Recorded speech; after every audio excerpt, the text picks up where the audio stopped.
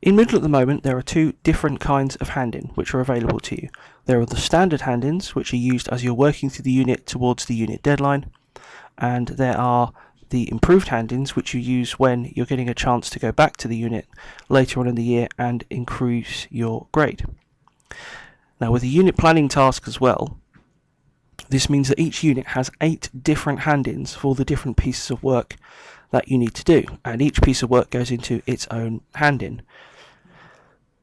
This was designed to make it easy for you to hand work in, so you always knew exactly what was supposed to go in each place. But with the number of hand-ins increasing, and some people getting confused between normal and improved hand-ins, we have decided to change the structure of hand-ins in Moodle.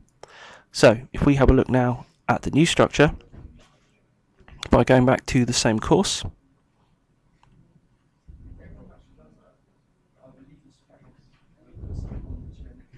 so you can see that at the top nothing has changed, and this is because we still want you to do that plan when you start the unit, and we still want you to hand it in as the first thing you do. So we've kept the hand in for that at the top, so you know that there's something you do before you actually start working through the rest of the tasks in the unit.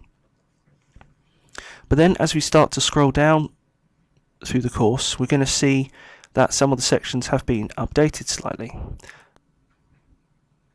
So if we look at the new design section, you can see that there's no longer any hand-ins at all, and there's no text about improving the course. There is just the information that you need to complete the task, and any resources that you need are also present. This is because all of this information has now been moved to a large section at the bottom of the unit simply called hand-ins. And you can see at the bottom there are 3 different hand-ins, which we'll look at in a second, but you can see here you have a large amount of text to explain exactly what is going on. The major changes are that each hand-in now holds multiple files. So instead of having to go on to 3 different hand-ins to hand in 3 pieces of work, you now just go to, say, the completed work, and you could upload all of the pieces of work you've done into the same hand-in, which means you can always monitor whether you've handed all the files in, and it makes it easier for teachers to get hold of those files.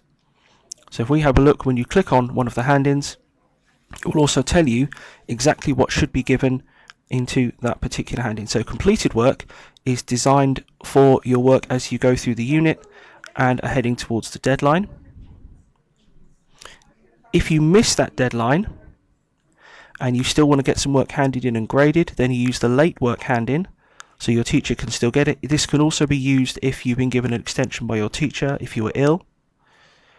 And then when you come around to improve your work later on in the year, any work that you improve and want to get regraded goes into the improved work hand-in instead.